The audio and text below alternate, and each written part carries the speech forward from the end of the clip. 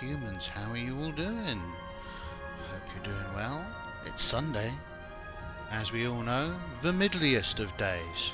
Is it a great day or is it a terrible day? It's hard to know. That anticipation of work on Monday morning versus the joy that you don't have to work today. It's all very difficult to figure out, I find. Anyway, how are you all doing? Great, great, great. You're great as well. Oh, that's good to hear. I like it when everybody's great. I am also fine. I'm a little bit late today, and the reason for that is that my fellow dungeon companion here in the world of dungeons wanted to stick some models together. So I spent the morning putting together models for bolt action. How exciting! Anyway, we're going to delve back into Castle Caldwell. So, without further ado, I'm going to try... So one thing I am going to try, if I open up this... if I open this up... camo? Yeah? So, I'm going to... not use this.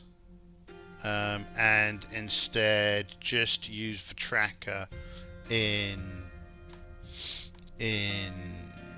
Foundry. So it's about matched up. So we've got 18 turns in here.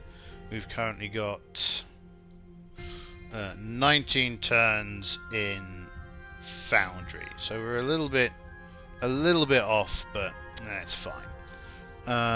So we did have 17. I mean, I tried to kind of sort some bits and pieces out, but we're on 19 now. So travel turn counts. Whatever. So yeah, cool. Top bananas.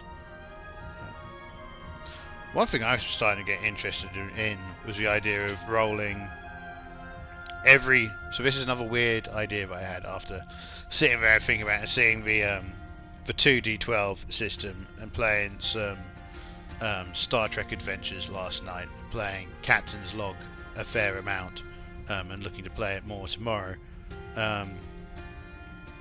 The idea of rolling 2 dice, particularly in the Dungeon Crawler, 2 dice, always with advantage. We'll forget the disadvantage thing, but always rolling 2 dice with the target number, and one of them being a kind of stress dice, and the other one being like a hope dice. So I think that's interesting. Because I keep on thinking that one of the cool mechanics to add in would be kind of the something like you see in Darker Dungeons or Darkest Dungeons, where dealing with stress and fear and hope is a serious part of the game, and how light affects that as well. And I think that's some interesting ideas that I think that we could pull into this reasonably simple soup to make something interesting. This kind of goes in with, I've got a whole bunch of kind of Cthulhu Lovecraftian monster book for stat blocks. Not that I think that you really need them. I think it's pretty straightforward. It doesn't take a rocket scientist to make a stat block for old school Dungeons and Dragons, right? It's pretty straightforward. How many hit dice have I got and what horrible abilities do I want it to have is pretty much the extent. Anyway, I'm rambling. We should get on with the game. Oh, I'm falling off the bottom of the screen. What I should probably do is recalibrate. Let's bring this onto the screen where I can see, because I can't see it over there. Okay. Yeah. Nah. Okay, cool. Let's try that. Okay. I should probably move the camera about when I'm to a slightly different position. Anyway, it's not important. Let's get on with the game. So we're still on the 12th of readying. It's spring outside. I believe there's torrential rain at the moment, if memory serves me correctly. Yes, torrential rain outside, so we can hear thunder and the constant pitter patter of storming weather outside. And we've just cleared out a room. We don't need this because we're going to try and keep track of it all in thingy. Be sure to. You forgot to click the button. If I forget to click the button, I mean, let's have Obsidian open as well. Let's just get that window up. Donk, and we're going to keep on playing around with this. So, in the party, just a quick refresher, we have Somerhild, the magic user. We're using this as Somerhild. We've got, so I probably should definitely move the camera kind of like over here a bit. Because I'm going to spend a lot of time looking down in this corner. We'll see. The problem is that the camera is quite high up, so that I can have the GM screen and stuff up. Let's see if I can do this a little bit better. We'll see how this works, right? Constant experimentation. So this is Somerhild. We had Antheia. We had Antheia the thief, neutral thief. We had I was using this for Tegen the cleric because I didn't have a female cleric in my little cutouts. So that's a druid picture. She does in fact have plate mail and a warhammer, not nothing. Then we've got Ahti, who is, she's the one with the low deck. So we've got Ahti, who is one of our two fighters. We have Emiliana, who is our other two fighter. She is more dexterous, so we use this model for reasons. And then we have Naseefa, who is our second magic user. Now, once again, these two both have read magic as their skill, so in case we find a scroll, we can read it because their starting spells are trash. Now, we also know that Naseefa speaks Kobold, and Emiliana speaks Goblin. So that's interesting. Anyway, cool. So these are the characters. This is the castle. These are the monsters that we are likely to encounter as we clear it out. And we were recruited by a merchant called Caldwell, who wants us to evict the current tenants of the castle he recently bought.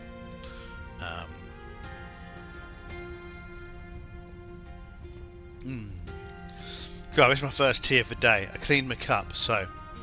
Oh, what a lovely cuppa. Absolutely delicious. I love the first cup of the day. And you're like, what are you talking about? It's like 2:30. I know. It's terrible, isn't it? But, you know, we do what we do because we must.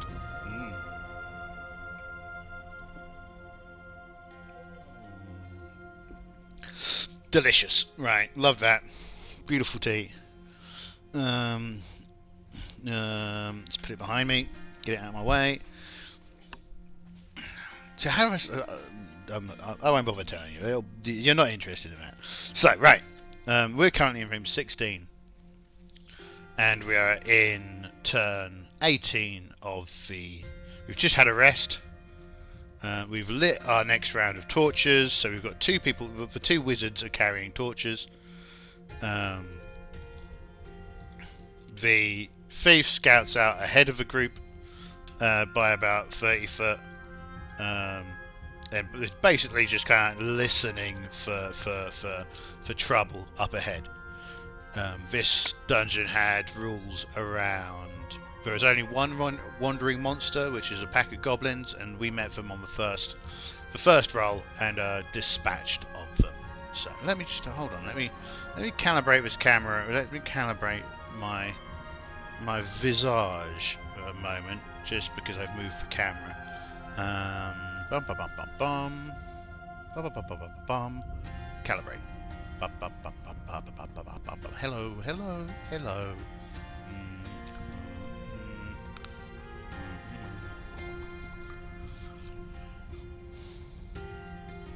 Okay. Yeah. There we go. That's more like it. I think. I hope. We'll see. Because it would probably be good if I put the camera around here somewhere for this. We are where we are, and we do what we do. So, I don't think the camera's got a little tilty thingy on it, does it?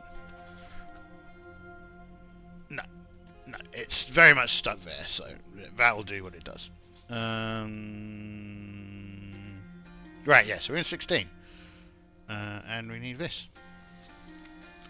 So 16 was a bedroom containing 3 small humanoids with scaly rust brown skin. We asked these lot to leave, and so that's weird. If I go out a bit further, oh, that's probably a problem. Let's calibrate this again because all sorts of wildness has gone on now.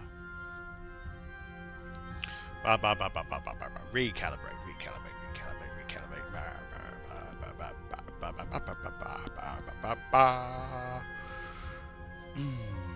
Okay, cool. It's well warm as well. I'm not appreciating it because it's muggy. And as a slime, I get proper muggy. Let's get this off my screen. So the question is, alright, well we've got 1, 2, 3, 4 doors in front of us, and we've got 2 doors to the side of us. So the question is how are we going to approach these doors? Are we going to go opposite us and do 17, 15, or are we going to kind of like go to the end of the corridor and walk this way? And that doesn't seem very likely, so I'd say we're going to go 17 or we're going to go to 15. So let's get the dice out of here.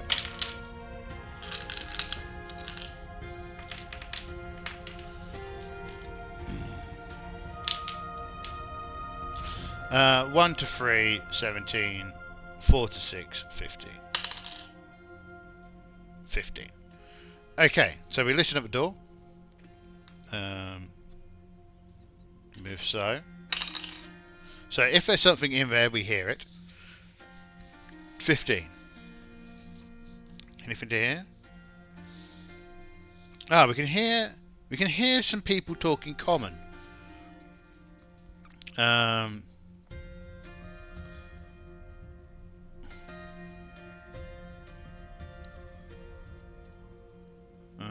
Yeah, so there's we can hear people talking, and we're talking about that family of merchants that we attacked yesterday. That was quite the haul that we got. Yes, did you see them scream? It was evidently it was incredibly satisfying. Let's hope for tomorrow will be as satisfying as it was today. And she reports back that it sounds like there are bad folk in there. This has been a dungeon turn to do the listening and the other, so we'll click the dungeon turn button. And we could tell already that there's a scrap brewing, because I don't think that we're primarily a lawful neutral party, so we're not going to put up with people that murder innocent people. So we don't know what the room looks like, but I do. So 1, 2, 3, 4, 5, 6. Then we have this corridor, which is so this carries on over here. This carries on past here, and then we have just the same again on this side, right? So, and it's only one big, and I need some doors. Come on, baby, light my fire. Come on, baby, light my fire. Oh, I'm so funny. Funniest person. Funniest slime you've ever seen. So, here's a door. Here's a door.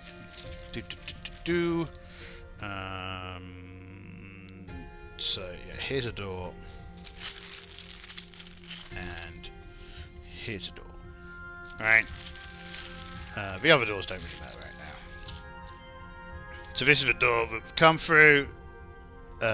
She listened to the door, but now that they've identified that there's definitely bad folk behind the door, the two fighters will open the door. We'll have the druid, the cleric will be on backup, and the two wizards will be holding the torches to make sure that, you know, everyone's got some light. Now,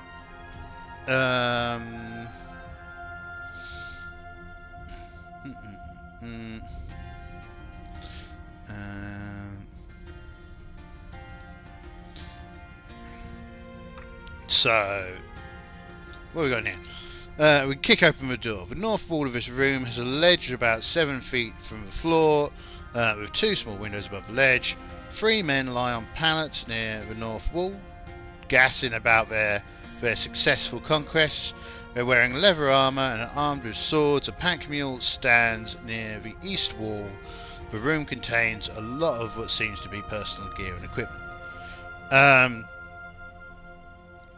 So they're like, oh, what are you doing in here? Right, so open this. Donk. You got 3 people. I didn't notice a pack mule, and we've got a mule.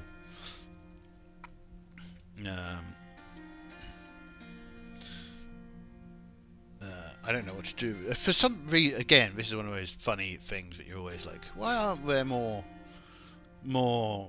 support animals? Well, we'll just use the wolf to symbolise the mule for now. And the door.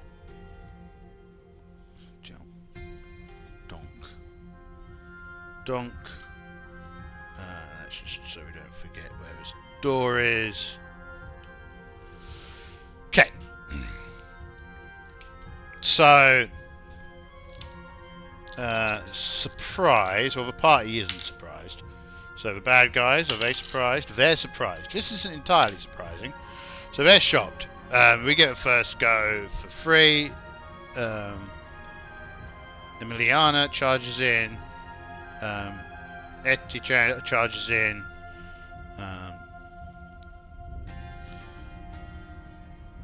So does our thingy, and so does Tegen. Wow. Tegen, and so does Antheia. Antheia will shoot at this one. So, ranged, movement, done. Ranged, thief, Antheia, 16. What's their armor classes? Their armor classes are 6.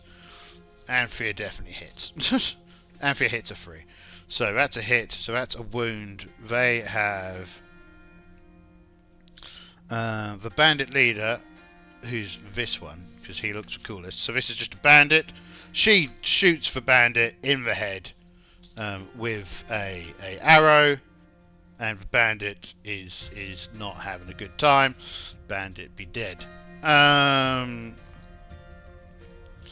So melee, these two against this one. So that's Tegen and Emiliana. Emiliana and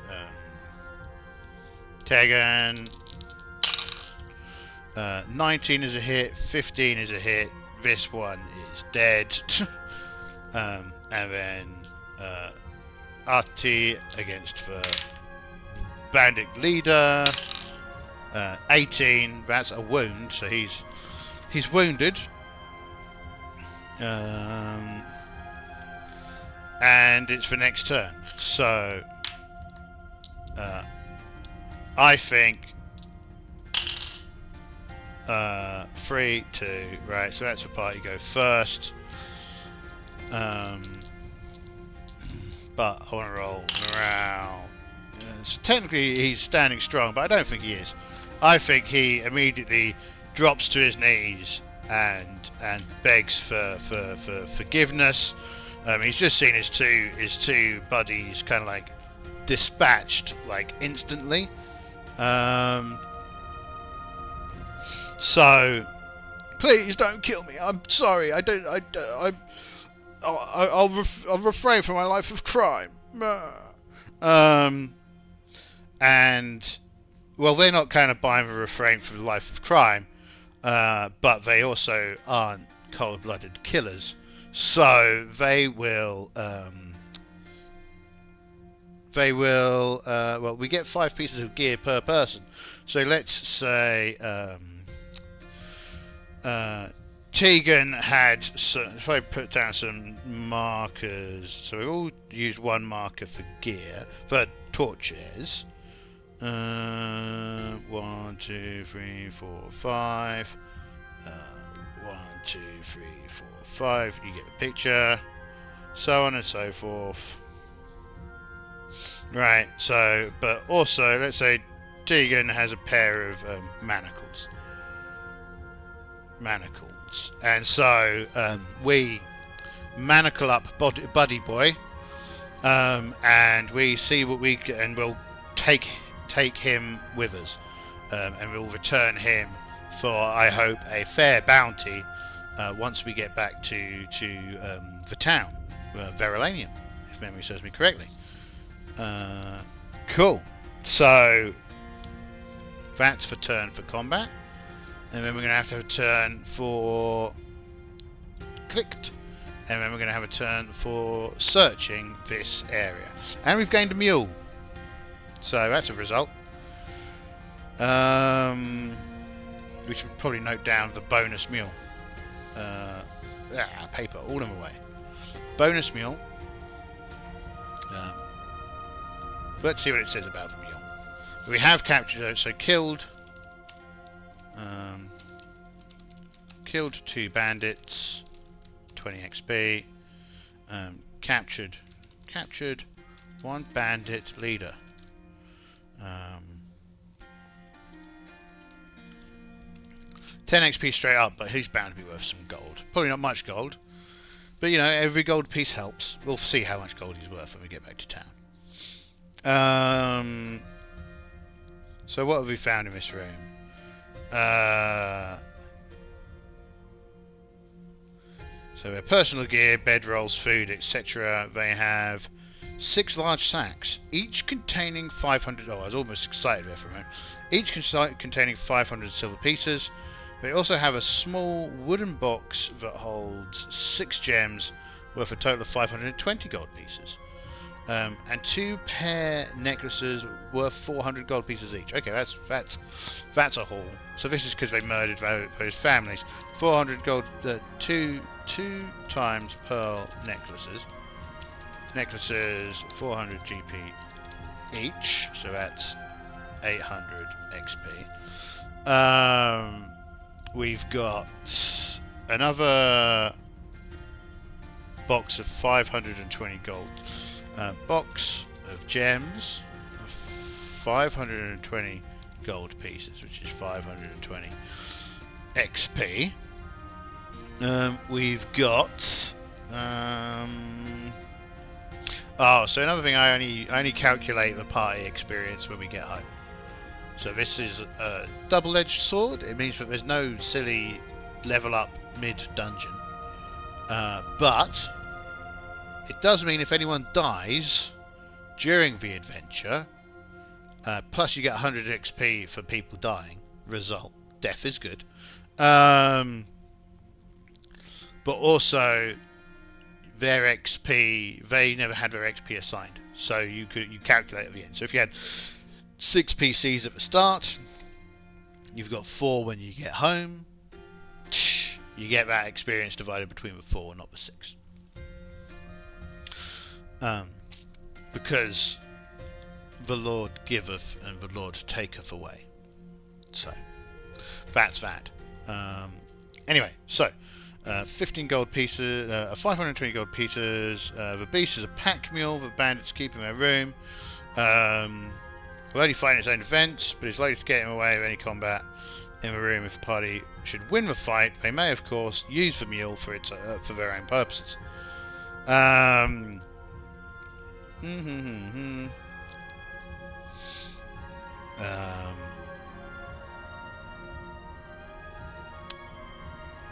So we've also got the 6 bags of 500 silver pieces. So that's 3,000 silver pieces in bags. 3,000 silver pieces in bags. So that's another 3,000 up here. Taking this to 4, 5, 6, 7. 7,000? 7,000.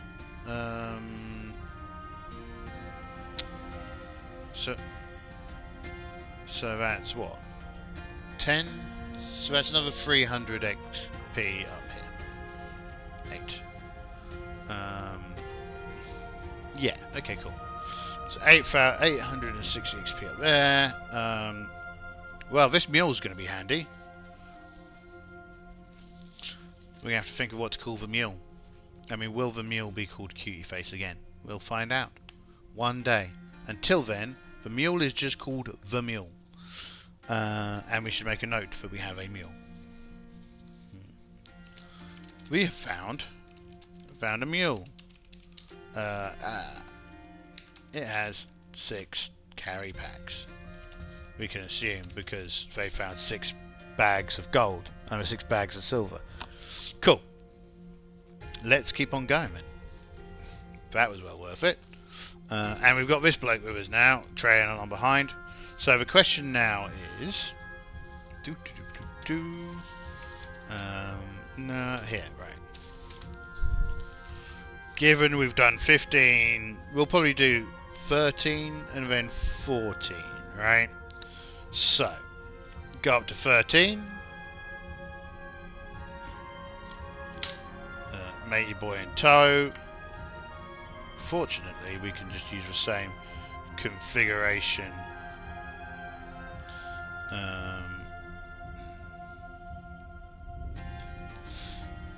Tegen, Dead Bandits, Mule. There we go. It's getting busy down here. Fortunately, we can put them this way so you can see all of their little all their little perky, chirpy little faces. If you're wondering what I was going to say when I said perky, aren't you? Disgusting humans. Well, that was all. So we're going to hit 14. I think is going to be the next thing we look at. So we listen at the door. We don't hear anything, even if there is something here. And we open the door. So this is like 14, right? Open the door. The room is... there's an unoccupied bed, and the room appears to be empty.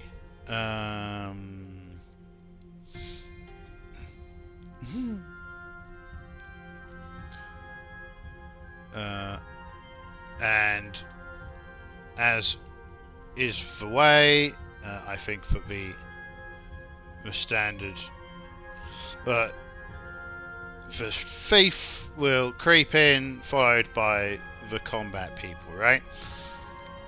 Now this room is, if the door is here, 14. It doesn't matter, right? So this is if that's the door, this is the room,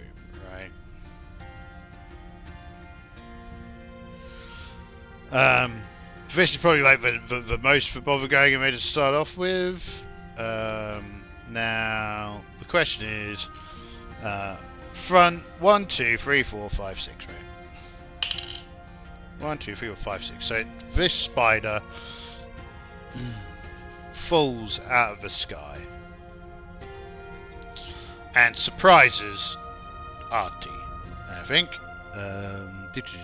14. Lit by a skylight. Crab spider is clinging to the ceiling when the party enters and drop down on a party member.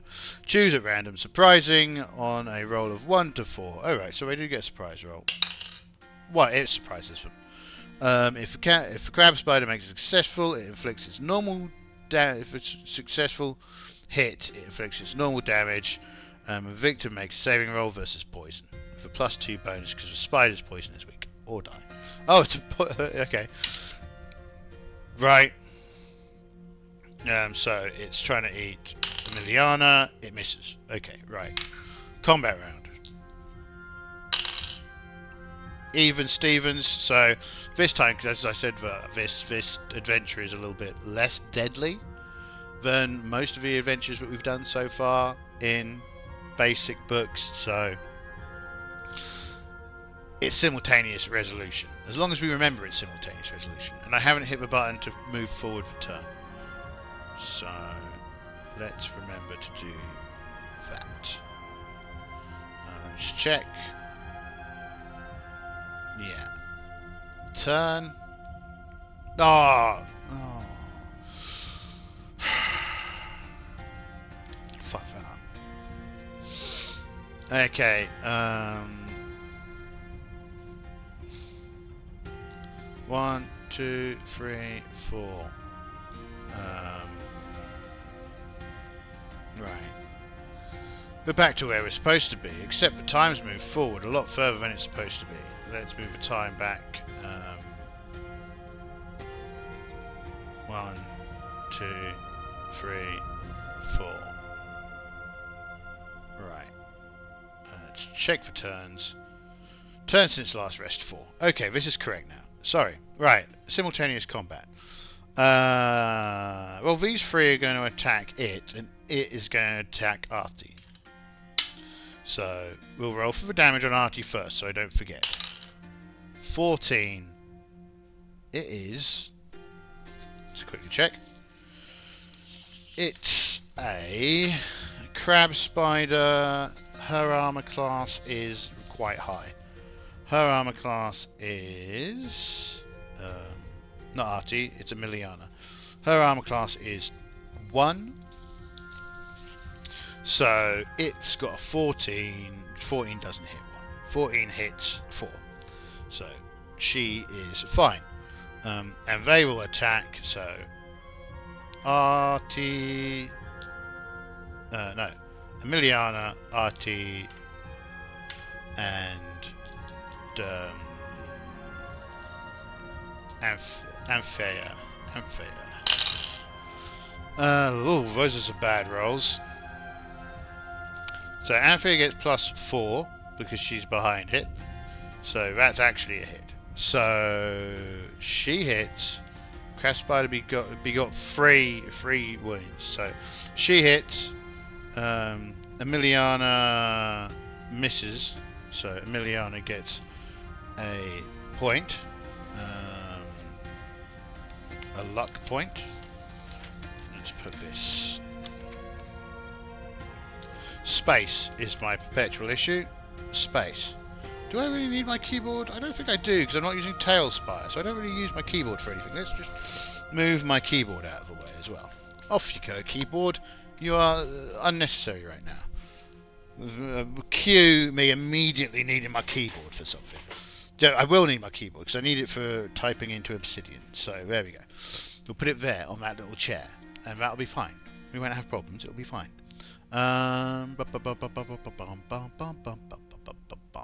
So that was Emiliana gets a luck point, and does Ahti hit with that 11? So 11 hits an armor class 6, and the crab spider has an armor class 7. So she hits as well. So it's taken 2 wounds, but it's not dead. 1 wound, 2 wounds. Next round. Initiative. It goes first. So it will once again attempt to eat. Well, it will once again attempt to eat Emiliana. Though, let's give a roll on. Yeah, it stays. So it's going to try and eat Emiliana. 7, it misses. These 3 are going to try and kill it. Well, the 19 definitely hits, so it's dead. Bye bye. Right, we progress for turn by 1 more turn. for the combat. We must rest soon. Show turn count. Turn since last rest 5, so we need to rest this turn. 6. Cool. Right. What's in this room? So we're going to search this room, so that's another turn. And what do we find? Room. Where were we? 14. Other than a spider that dropped on us from the roof. So the interesting thing there is if you like had the fear and hope dice, right? You could have like the fear. You could have like the introduction of like arachnophobia or something to the character, right? It seems interesting. There seems to be some interesting things you can do with that idea. You're more likely to succeed, but then 50% of the time you're more likely to become disadvantaged in some way. I've got to think about that, but it seems cool. It seems like there's a kernel of an idea there. So we spend a turn searching the room. There's nothing in the room. Right. So if we've done 14, we're going to do 13, right? So listen at the door. We don't hear anything. And the two fighters open the door. So this is 17. No, this is 13. It appears to be north wall of the ledge, about 7 feet high, as we've encountered. The room appears to be empty, but we're going to search the room anyway, because we're going to make sure there's no monsters here. Also, we're going to see if there's any gold. There's nothing in the room. So the question is, are we going to go back and try and clear these rooms, or are we just going to continue around? So 1 and 2, we're going to go back this way and clear these rooms. 3 to 6, we'll continue cleaning rooms that way, right? Yeah, so we're going to continue going around this way. So 12, right? We're going to go down here, check 12. So that's going to be a turn. Clicky clicky. 12. You see a circular room about 40 feet in diameter with 8 openings spaced arrow slits, right? These are obviously ports which yeah, so on and so forth. The room is covered with rubbish. We are going to spend a turn searching it because we are. And there is nothing in this room, right? So in disappointment, we're going to head back and search 11. So again, listen at the door. 2. So if there is something in 11, we hear it.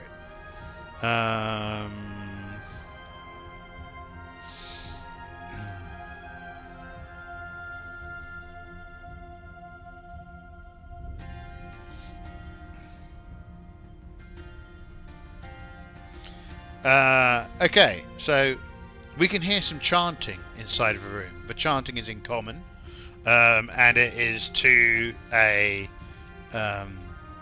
It sounds to Tegen. I'm going to give her a roll. It's a. Because she's religious. No, I'm just going to. Do I need a target roll? I mean, she is a cleric. She knows gods. No, I think I think we'll give a. Does she recognise the deity that's being prayed to? Right, and I think it's likely. So in a 1 or 2, she doesn't, but otherwise she doesn't. Okay, well she doesn't know who the god is being prayed to. But there's lots of singing about love and mercy and protection. So they're kind of assuming that it's probably a good deity. So they open the room. Again, the warriors at the front, but they're not kind of swords up, ready to stab. They're very much relaxed about this situation. So the east of the room, yes, the 7-foot tall ledge. There is a small altar of a diagonal northwest wall. There are small, long benches in the room. 2 of them have been pushed together in the southeast corner of the room to form a rude bed. A woman wearing armor and carrying a mace kneels at the altar.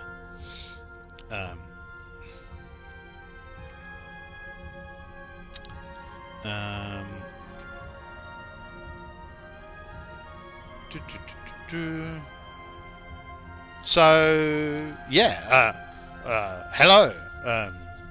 Who are you? And she's like, I am Shara, a cleric of the Order of Hamut.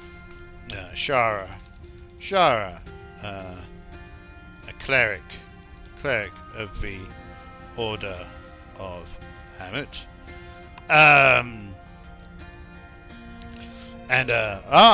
Says Tegen. Well met. I am pleased to meet a fine wanderer of such an auspicious and well-respected order. And who do you walk in the path of? I walk in the path of the Lightbringer of Shatar. There we go. We made up two gods. The Lightbringer, Shatar, Lightbringer, Shatar. This is Tegen follows the Lightbringer, Shatar. Cool. So, right, with that, what are you doing here? I was simply resting here and on my long travels from place to place as I attempt to spread the good word and protect the people from the evils that lurk within the land. Oh, that's very good. We're currently this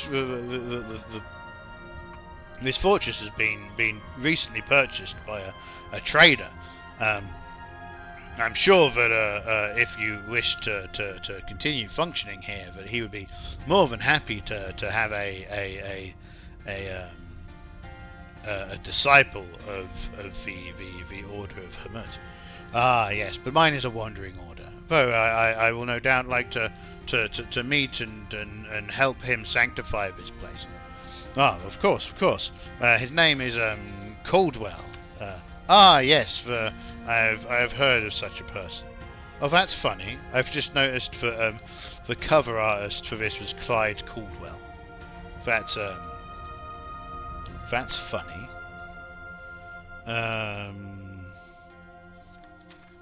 But, yes, so the person is Clifton Caldwell, not Clyde Caldwell.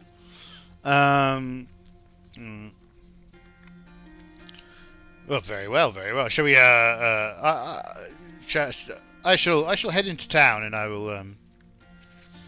will greet him and ask if he requires my services. Yes, please do. Now let's have a quick look at this.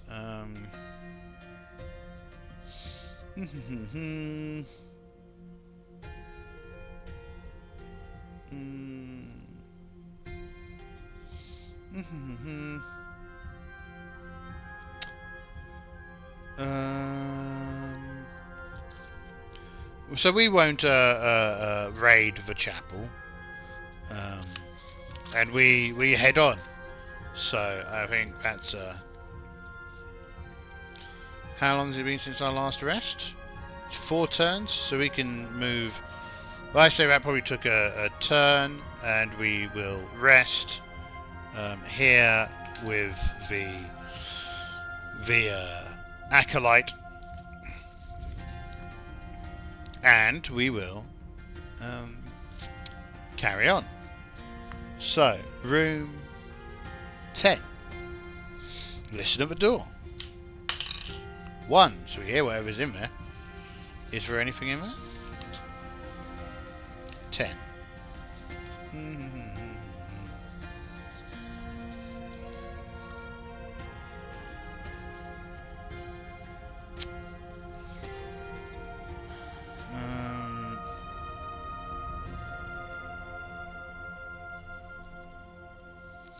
So we can hear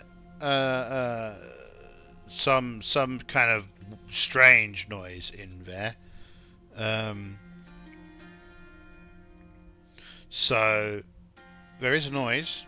So we're going to go in kind of like shields up, troopers ready. So this is one of the ones where I'm just shocked that there aren't model, that I don't have little plastic thingies for them. So what shape is? We should probably get people off of here. What shape's the room? 2 by 6. Right. Do.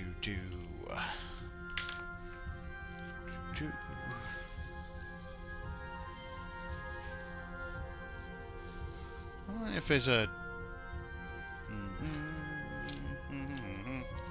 easy to erase. Anyway, say that, but I never quite believe them. The problem is for some reason they've made it a textured surface, which this kind of reminds me. I used to use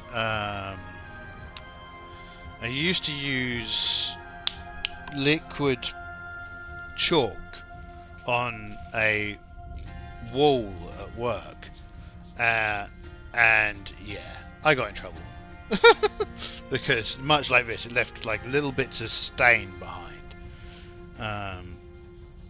which was kind of annoying. I mean, I didn't get into too much trouble. I quit, but you know, I'd have got into trouble eventually. Someone would come around and be, "Why have all these lines on these walls?" And I'd have been like, well, I mean, the bonus was actually, I mean, I didn't get into much trouble because they fired the person that did all the utility stuff. Well, they made them redundant because, yeah, they end of the line for that organisation. End of the line for that organisation. Again, you can't trust companies, eh? This is why we need to keep that flag raised.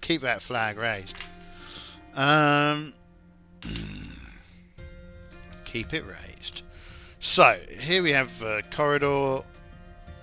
Then here we have 1, 2, 3, 4, 5, 6.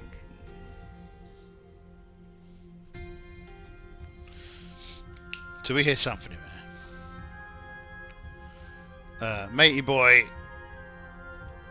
back there with the 2 wizards. He's in manacles, so he's not a threat. We've got our mule.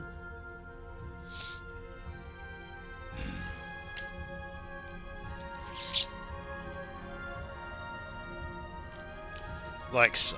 Now in here, we're just going to use these 3 little icons to represent what's going on. These guys are a bit of a pain in the backside. But anyway. And let's just mark this door, just in case I forget where the door is. The door opens. Loud noise above. If I got like a description, I think we do.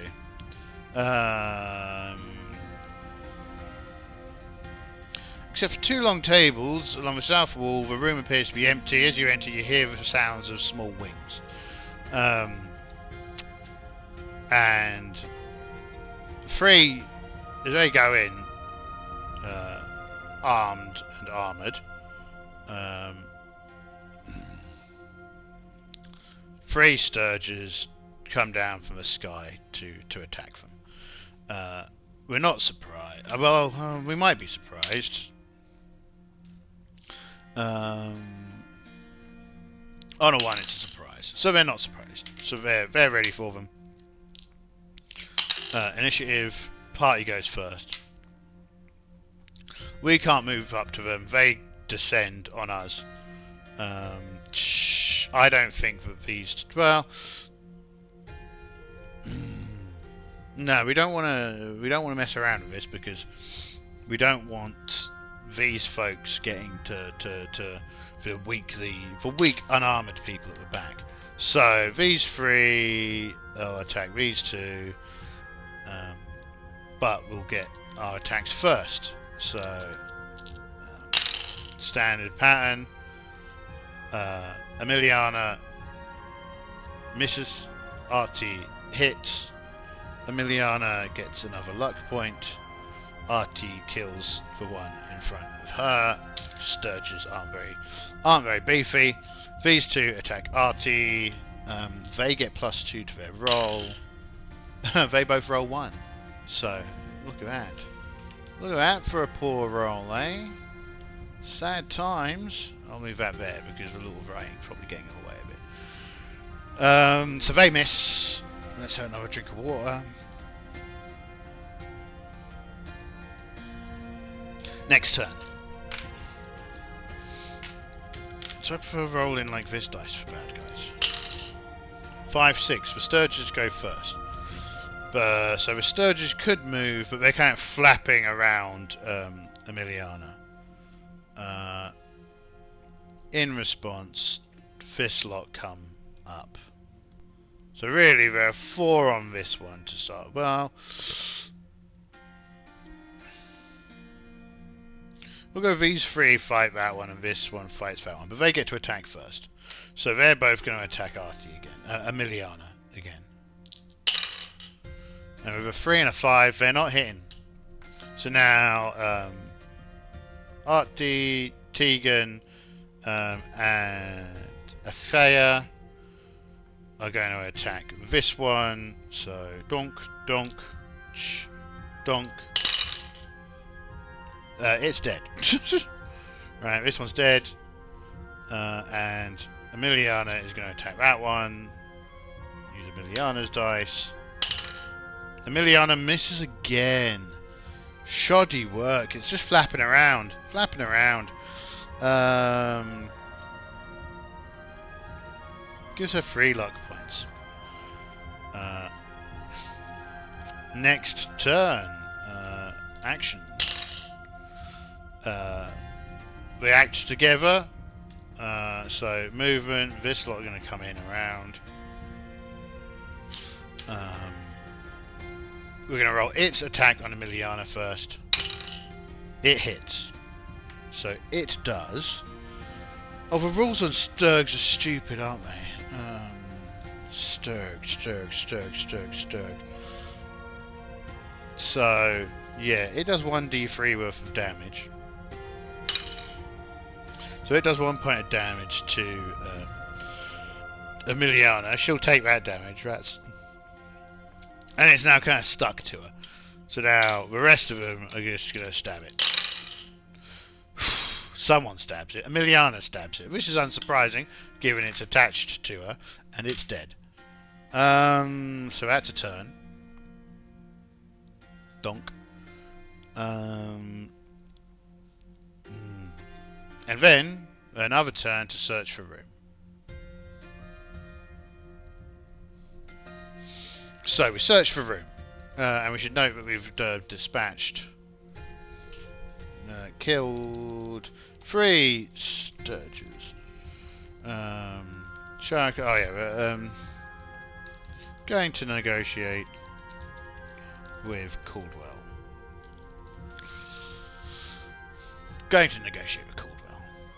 Top bananas. So today I'm looking on just clearing out this whole dungeon. By hook or by crook, we're clearing the first floor of Caldwell. Searching. What do we find? Which room are we in? 10? Yeah. Sturges like shiny things. On the ledgers are 3 gems worth 500 gold pieces, 100 gold pieces, and 50 gold pieces. Okay, so we've got some more gems. So we got 50, 100, and 500. So we've now got 4 at 50, 1 at 100, 1 at 300, and 1 at 500 gold pieces. So that is added 650. So that takes us to 1100 XP. Plus the 30 for the Sturges.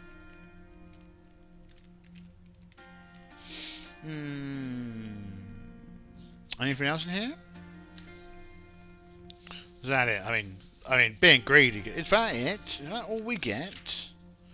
Respectively, the ledge can easily be reached. Yeah, fine.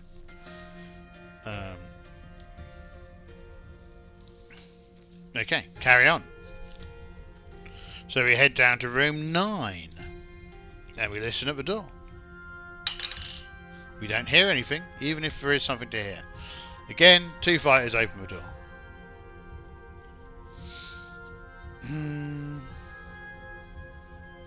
Two fighters open the door to room 9.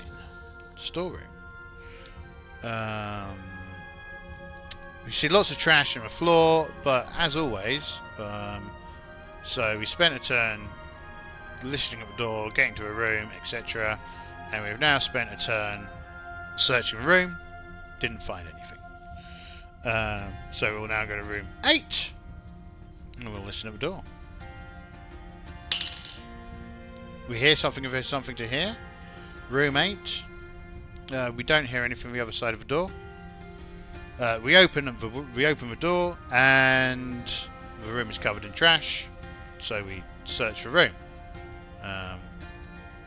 We need to rest this turn, spend a turn searching, and we're good to go. Right, so there's nothing in this room as well. Head to room 7. Listen at the door. If there's something in here to hear, we hear it.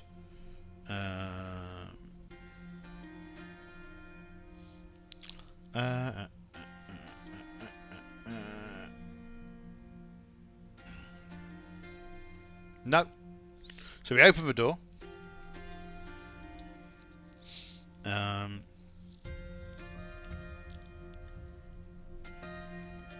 Again, ledge, 2 windows. The room appears to be empty except for a statue of a shepherd in the northeast corner. So we go in a room to have a search. The statue goes, "Greetings, may I help you?"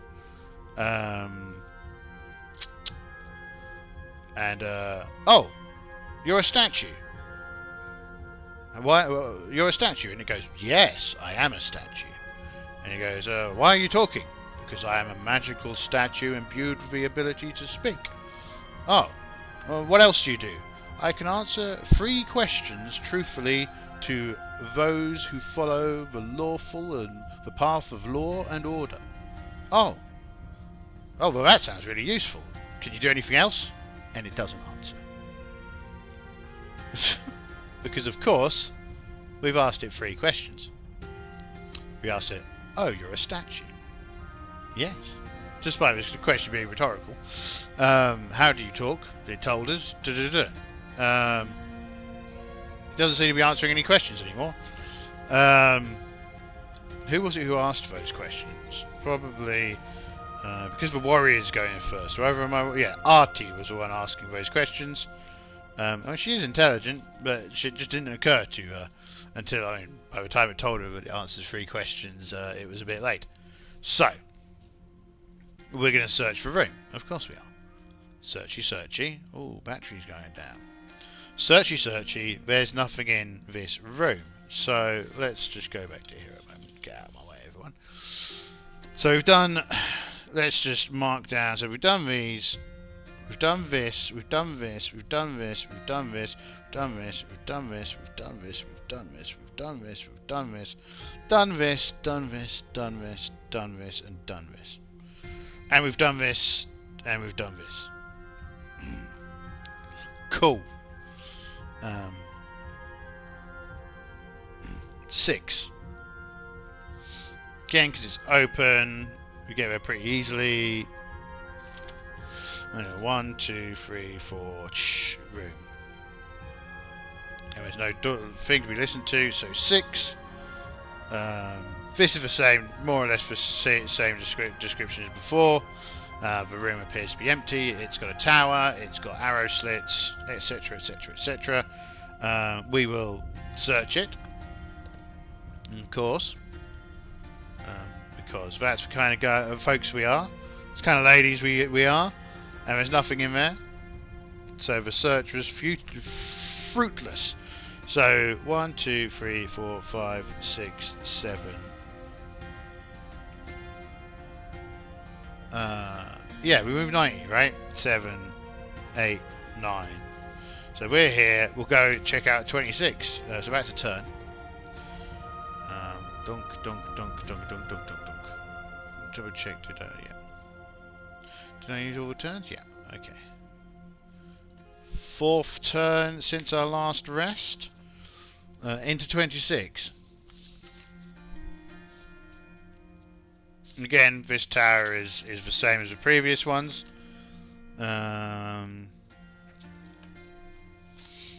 So done.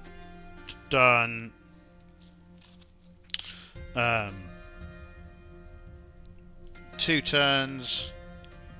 Well, it's going to be 1 turn and a rest. 46 turns. It's now 4 PM. 4 in the afternoon.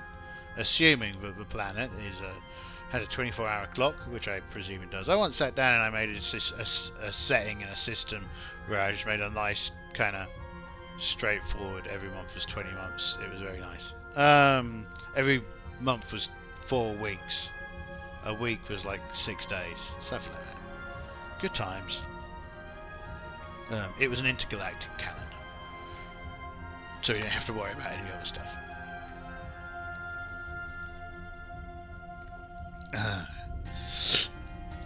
Okie dokie.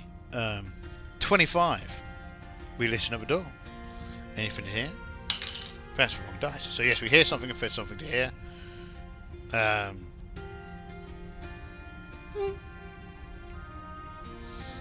there's some kind of like scratching, kind of scuttly, munching noise. So what's the look for this room? 25. Oh, there you go. It's a bit of an exciting looking room.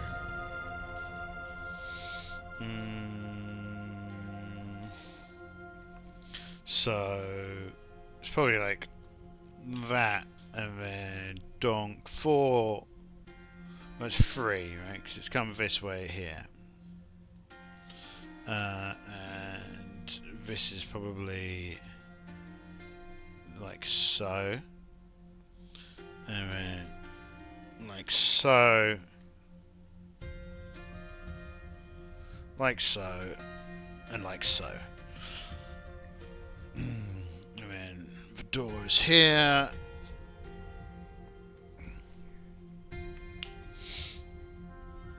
And again, this is something that I'm surprised we don't have any of in the pack, but there's 2 of them in the room? 2 of them?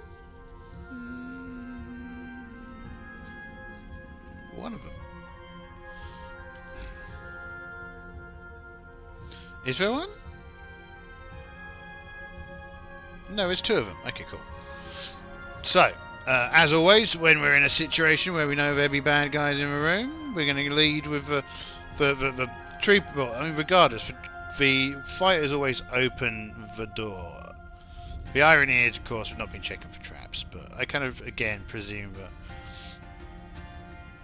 we're always checking for traps. This, remember, is the mule. An exciting looking mule, eh? Let's make sure they're all facing the camera.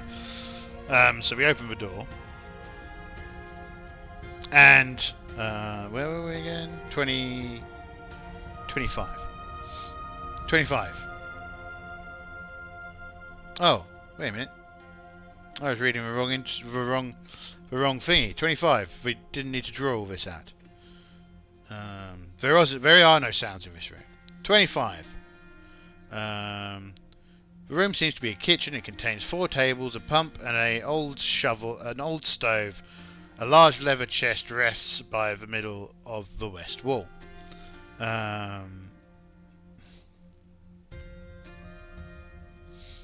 So, treasure chest.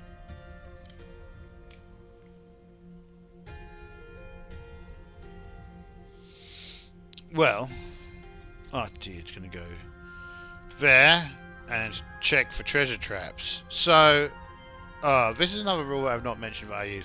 I think that the default system for detecting traps is trash. So I use the cleric tables for traps. Detect trap first. So it's a level 1 trap against a level 1 thief. So we need to get 7 or more on 2d6. That's a 6, so that's not more than 7. However,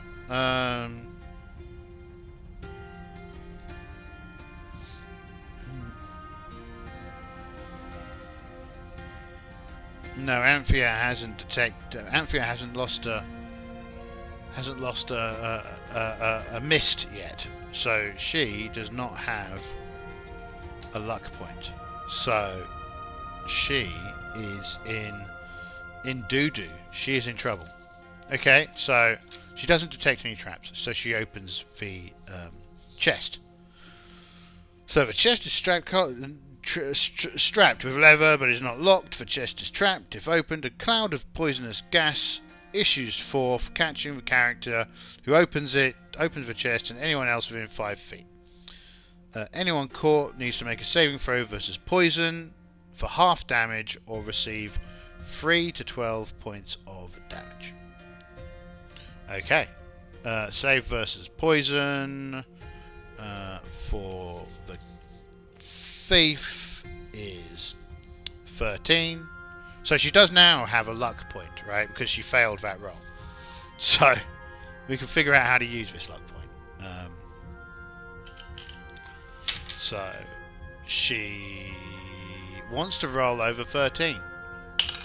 She doesn't roll over 13, and with a 7, she's not going to get very high anyway. So she's not going to use her luck point for that, but this does mean she's got another luck point. So result. No one else is within 5 foot because she was poking around with the chest, and no one has any faith in the thief for good reason. It's a 3 to 12. That's 3d4, right? 1, 2, 3. Yeah. Go back here. Oh, that's a lot of damage. So that's 7, 10 points of damage.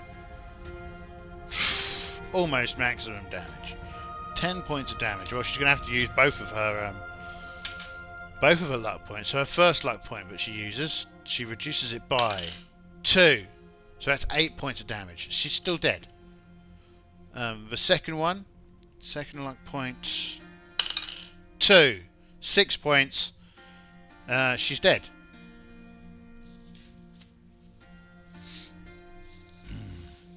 There you go.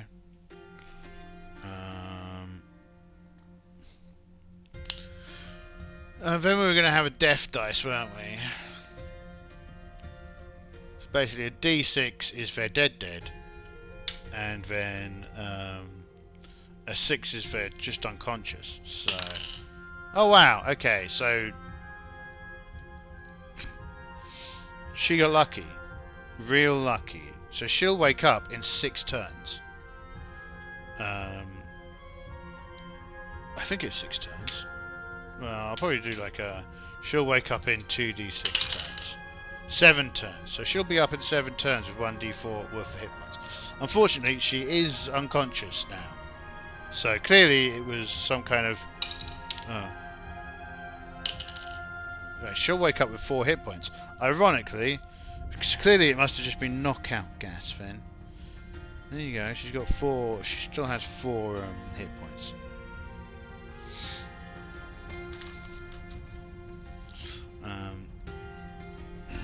But she is out unconscious for 7 turns. So here's the question, do we wait here? Or do we carry on with her strapped to the back of a donkey? Between these 3 and the donkey, we could probably carry between these two and the donkey. We could probably carry her.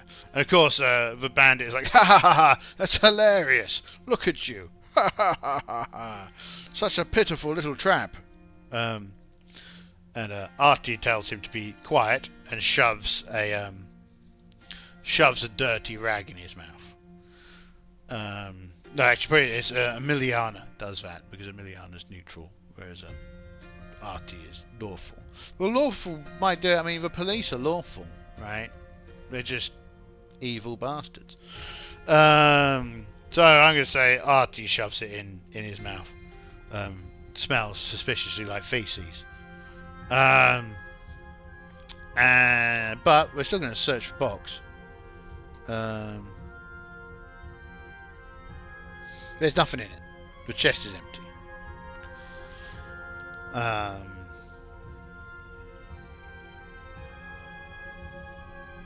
It is large enough to hold 2,000 coins, though. Large chest could hold 2,000 coins. Worth 50 GP. This is what it says, so it's 50 XP. Okay.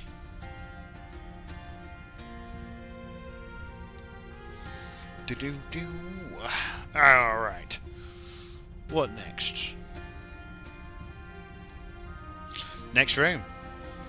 So we will carry her along. We're not going to sit around for 7 turns waiting for her to wake up. So let's just get a dice. Count down these turns. 7. And we can check the turn. So we must rest. Okay.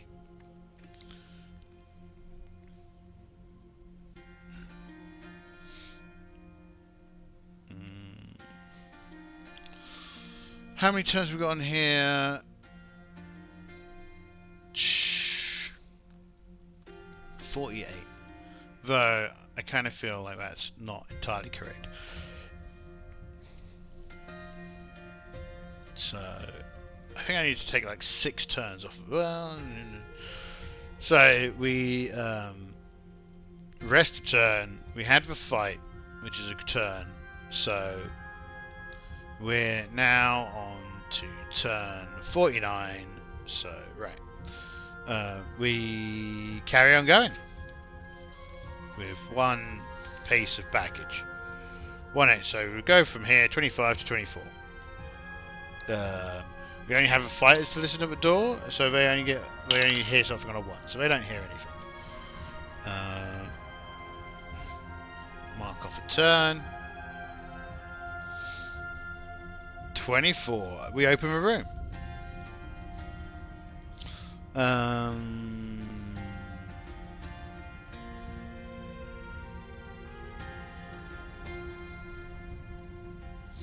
Okay.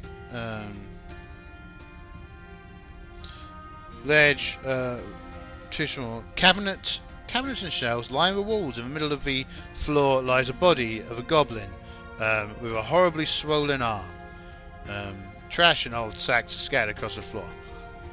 Now, yeah, they're going to check out the arm.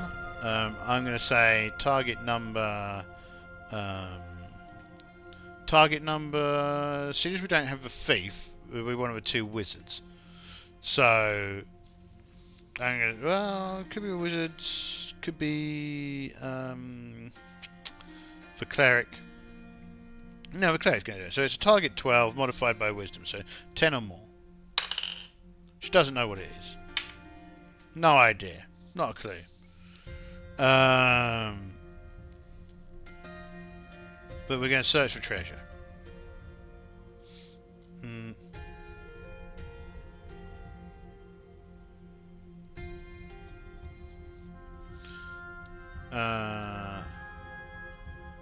Alright, old sacks are scattered about the floor. Well, we're going to search it because we don't know what's going on. So, dungeon turn, advanced.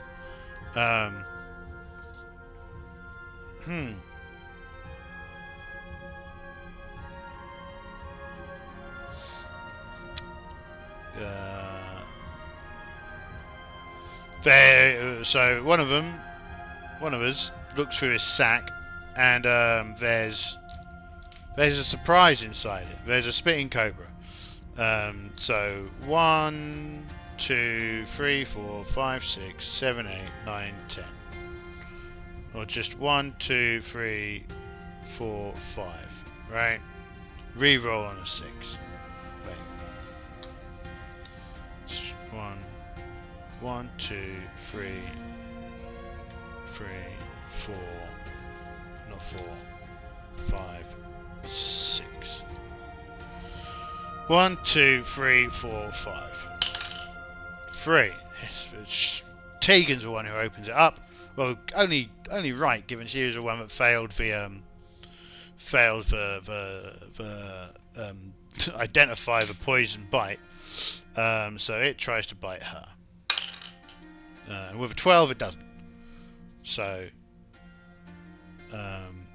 she attacks it. Probably should be using her dice. She misses. Tegen has a luck point now. We will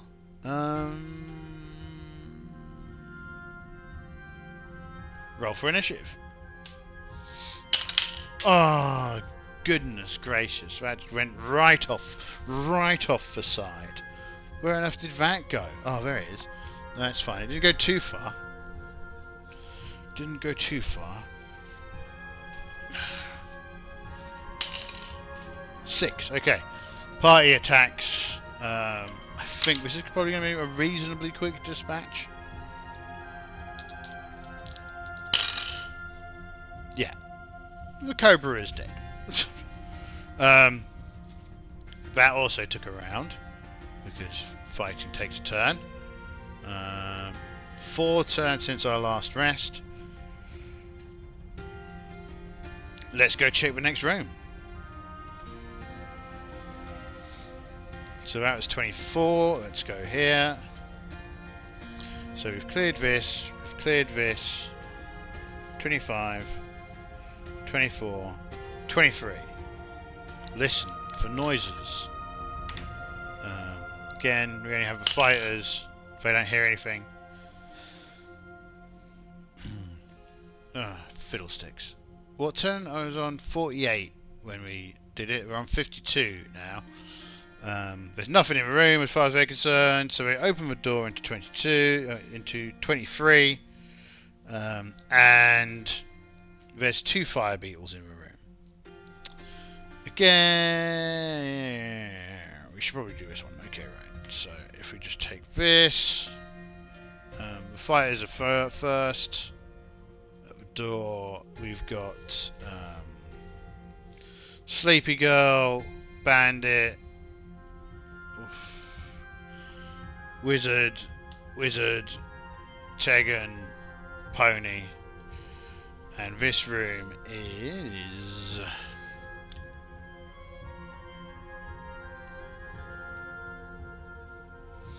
like so.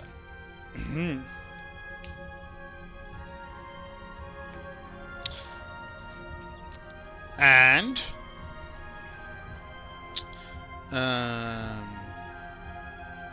bookshelves line the north and south walls. A few moth-eaten books remain. 2 huge beetles sit on the dusty carpet in the middle of the room. These are the things that I'm surprised that we don't have loads of in these books, in these boxes. But anyway, I'm surprised because fire beetles, at least, I mean, back in the day, appeared to be like the monster of choice, right? So bookshelves.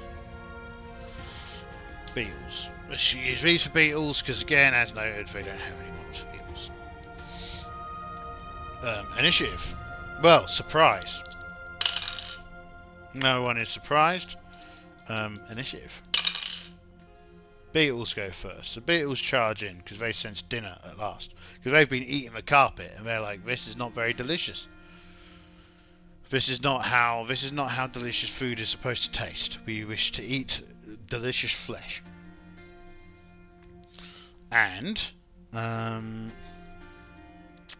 We don't want to get eaten, but we are where we are. So the beetles attack. Oh wow! One of them attacks Ahti and gets through. So how much damage do these bad boys do? I think they're 1d6. Fire beetles.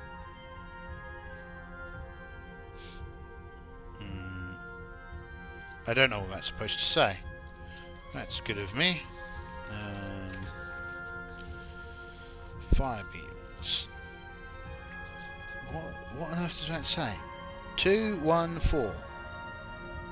That doesn't make any sense. Is it supposed to be 2d4? I don't know. Dungeon of Terror. Not the Dungeon of Terror. Fire beetle. Damage. 2 to 8. No, it is 2d4. Okay. Right, 2d4. 3. And Ahti has 9 hit points and no luck dice, so she's going to take that. 6. Okay. Fighters, party attacks back. Ahti hits. And Emiliana has really got... She's not hit at all this combat. She's got 4 luck points. So she misses next turn. Bugs go first. So they are going to continue to eat. These two, 1 and 11, those are misses. Where did my table go? So the fire beetles have two wounds apiece. So the fire beetle is still in one piece. Did I roll for their attack? No. Okay. As in the party's attack. 11 and 14 against armor class. Get out of here. Against armor class. Fire beetles armor class is 4. Well, might not have hit. So an 11 from Ahti hits a 6. So no, that's a miss. And a 14 from Emiliana hits a 4. So she actually hits. Well, she's going to use a luck point to kill it. Because, you know, this is a good idea. So she burns a point, does 2 wounds, and kills the one that she's fighting. Oh, sorry, I've got them the wrong way around. Here you go. See, here we all are. Just ready for someone to fire a fireball at them. Fortunately, probably not going to be a problem. And Ahti finally has a luck point, so there we go. Remembering that luck points expire at the end of the day. Next turn. Beetle goes first again. Well, this beetle is going to continue trying to eat Ahti. And it does, 19. So it does 2d4 worth of damage. 4 points of damage. She will use that luck point she just got to try and reduce that. Reduces it by 4 points of damage. So it chews on a piece of steel breastplate. And their attack. So they're both going to attack it. 12s.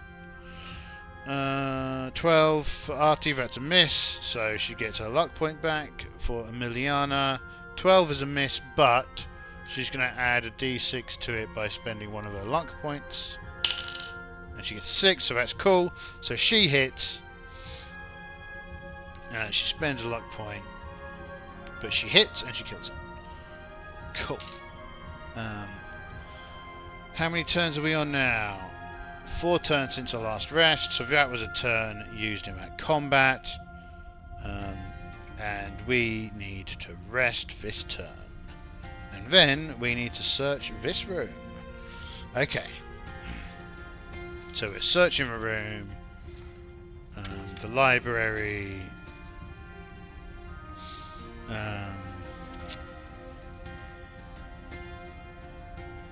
So we can take the glands off of the creatures, but that's about it.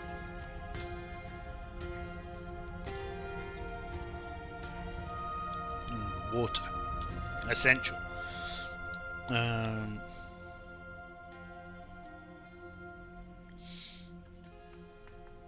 Right, let's carry on.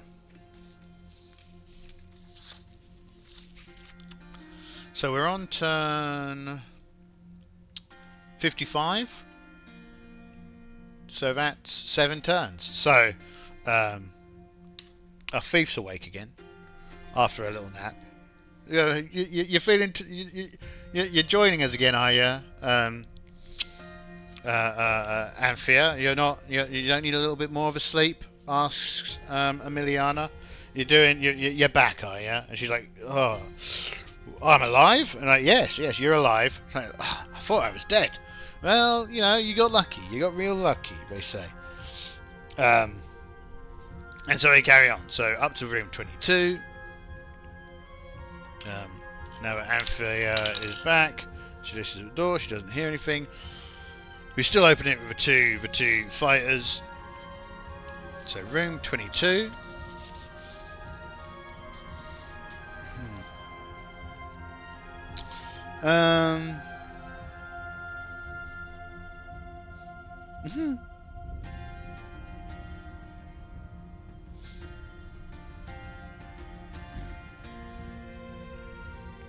Okay, when they open the door, again, this is the closest thing that I had. We open the door, and suddenly, just something is in 1 to 3, 4 to 6. 1 to 3.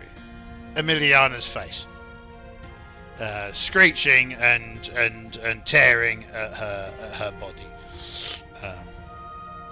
attempting to eat her alive.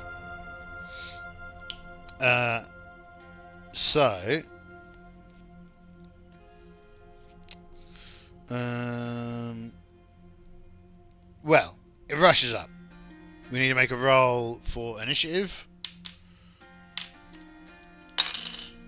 The party goes first. The spider is blistering. Oh, it gets +1, so it got a 4. It's a giant shrew. Terrifying. Well, they are apparently. Frenzied, monstrous attacks. So, but the party gets to attack first. So, with the shrew there, these two move up for their move. The shrew's just like attempting to eat her face. So now, melee. So the party go first.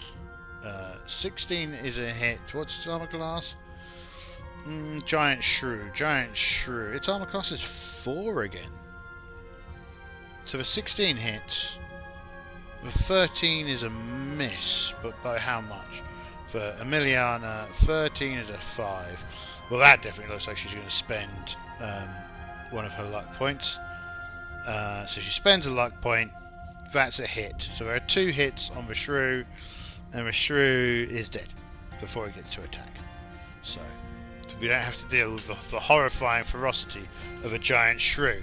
And I've not noted down on the list of dead things the new additions to the dead things. Giant shrew. That's 15 XP because it's got a special.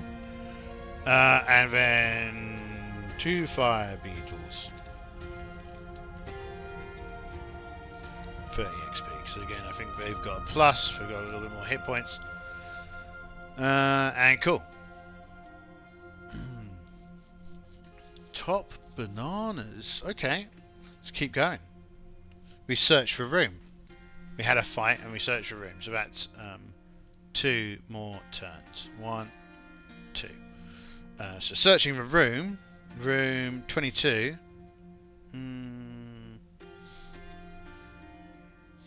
We find a hole in the west wall. Looks like how all these little critters have been getting into the building. Okay, so that's 22. We're now at 21. Listen at the door. 2. So if there's something in 21, we can hear it. But we don't hear anything at 21. 21. Ah. 21. 21. No, 21. Is it 21? 21. Utility room.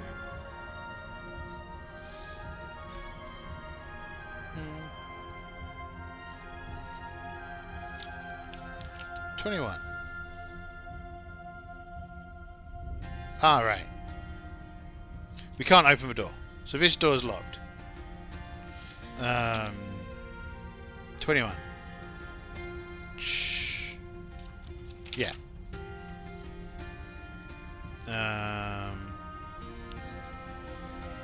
So we can't search this room.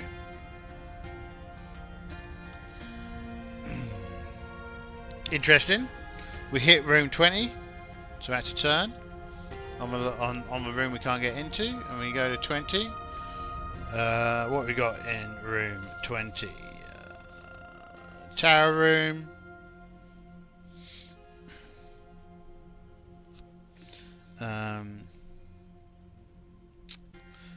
These are obviously reports. The room appears to be empty except for the remains of a skeleton on the floor. The skeleton does not jump up and attempt to eat us, which is a nice change. But it does leave the cleric somewhat sad because they don't have anything to do. We need to rest, so we're going to rest here in this room. How many turns are we down now? 60. What's 60 divided by 8? I don't know. Oh goodness. We're probably at +1, -1 to all rolls at the moment. So we need to bear that in mind. 19. We've just got 3 more rooms to get through. So let's just bear that in mind. We're at -1 to all rolls because we're tired. We've been doing this now for about 6 hours, 7, 8, 9 hours. It's 6 o'clock outside. It's getting dark. So yeah, party time.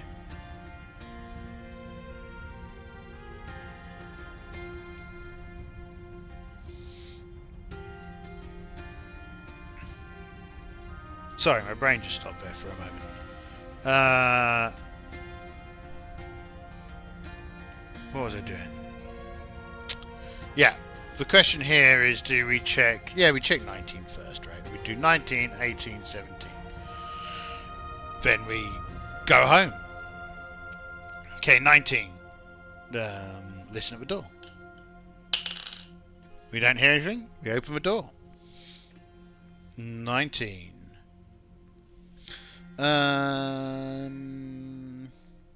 This room looks as if it might have been part of a guard post. There are a few beds, some pegs on the walls for clothing, a rack to hold weapons, and a long table with a drawer that might have once have served as a desk. There are moth-eaten clothes on the bed, but the room otherwise appears to be empty. Well, we search the room, because we search every room. So we spent a turn checking this room out and a turn searching the room. So we find not much. We find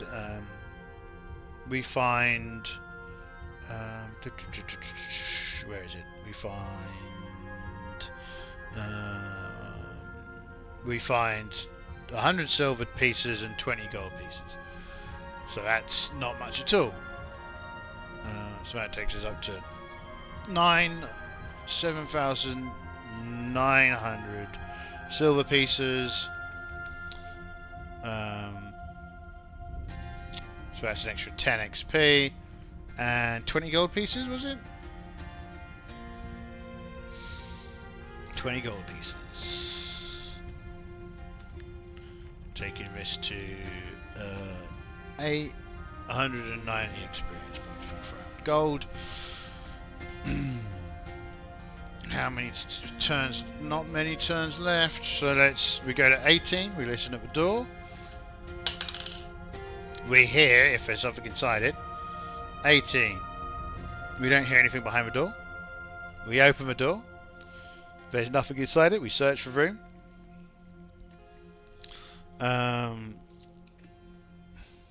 It's 7 PM outside. It's properly dark. So we've cleared this room. We've cleared this room. So let's hit 17, our last room. I think. Listen at the door. We don't hear anything, so we open the door, and the room is empty. So we have a little rest. We search the room.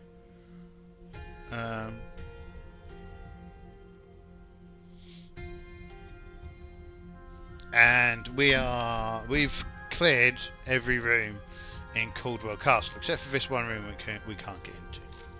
So we withdraw, having completed our task, and we're back to town by 9 at night. And we meet. Caldwell is in the inn. Yeah, not the inn. It's definitely a tavern. It's definitely a tavern. There's an inn on the outskirts of town, but we've gone into town to the tavern where we'd initially met Caldwell. And Caldwell's there, having his drinks and whatnot. And the acolyte, Shara is here, just talking to having just finished talking to Caldwell, and you can see the three traders that we'd run across are in the bar as well, and they're all having a drink, all very happy to still be alive and not to have been murdered by the clearance crew. So then we talked to Caldwell, and Caldwell, oh, welcome back. Did you have did you manage to clear it out? And we're like, well, we managed to clear most of it out, but there was one door we couldn't get into. It seemed to be locked by some kind of mystical force. Oh, that's strange. Well, I'll have to see what I can do. Well, you've earned your change, and here I've had word of your progress and success. So here, he gives the part of the other 50 gold pieces that they owed. Oh, and we also take Matey Boy to the police. The question is, how big's the bounty? He's only level 1, right? So I'd say it's like a D6 times 5 gold pieces, probably. 10 gold pieces. We get 10 gold pieces for capturing and returning the thief to the police. So 10 gold pieces, 10 more gold pieces, so that takes us to 80 gold pieces, which takes us to 900 experience, plus for 50 gold, so that's 100 experience for the thing. Let's get the calculator out. So we've got 100 gold pieces for the mission itself. We got 80 for killing those goblins. We got 50 for letting the 50. Oh sugar! I already messed that up. Start again. 100 plus 80 plus 50 for the kobolds plus 900 for all of the loose change plus 1,100 for the gems plus 40 for the wolves plus 20 for the bandits. I'm going to give 100 for capturing the bandit leader, 100 for capturing the bandit leader, plus 2 necklaces for 800 gold pieces apiece, plus 520 gold pieces for the box of gems. We got a mule. We met Shara. We killed 30 sturges. 50 gold pieces worth of treasure chest. 15 XP for a shrew, and 30 XP for beetles. Divide that by 6, 636 XP each. 636 XP. Let's just note this down here. 636. So the wizard has a 10% bonus. 10% bonus.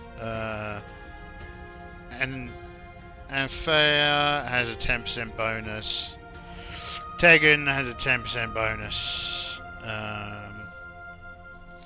Ahti has a 10% bonus. Emiliana has a 10% bonus. Naseefa does not have a bonus. So Naseefa, nice and easy, just get 636. The rest of them, for convenience's sake, 63 XP. So the rest of them get 699 experience points. Still not enough for any of them to have leveled up. Right. 699, 699. Cool. Top bananas. Well, that's the first floor of the Castle Caldwell. Vanquished, dispatched, dealt with. I also think we've got an interesting place with Verulanium to maybe do something city crawly, but we've got to go back at some point and clear out the next floor of the dungeon. So it's interesting, right? It's completely different to say Keep of the Borderland. It's definitely way easier from a damage dealing perspective. I also like the fact that you've got 3 parties that you could easily negotiate with. The kobolds were a funny side, and the goblins were probably the potentially the biggest threat at the start, but not really. So anyway, cool. Top bananas. Well, that's Castle Caldwell completed. No, not completed. The first part is completed. So next we go. Next is the Dungeon of Terror. Let's look at what's in the Dungeon of Terror. Yeah, I mean, it's going to be a bit more problematic.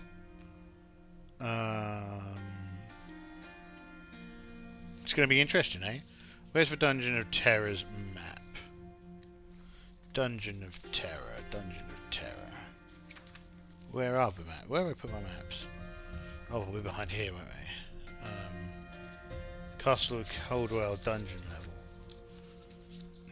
So that's what we'll be clearing next.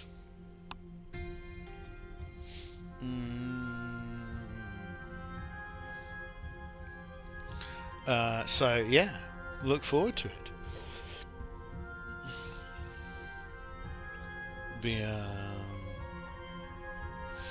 Yeah, that'll be exciting. It looks particularly exciting. There's something on there that I've noticed that I think looks very interesting. So yeah, we will embark on this on Wednesday. I think is when our next Castle Caldwell and Beyond session. Tomorrow will be Star Trek, and yeah, let's meet again when we next meet. Oh, also I need to think about which of the small games I'm gonna run, right? But so which of the kind of pocket adventures am I gonna run? I don't know yet. We'll see. Thank you very much, and good night. Have fun. So long. Don't have too much fun on your own or with your friends, or do have as much fun as you like.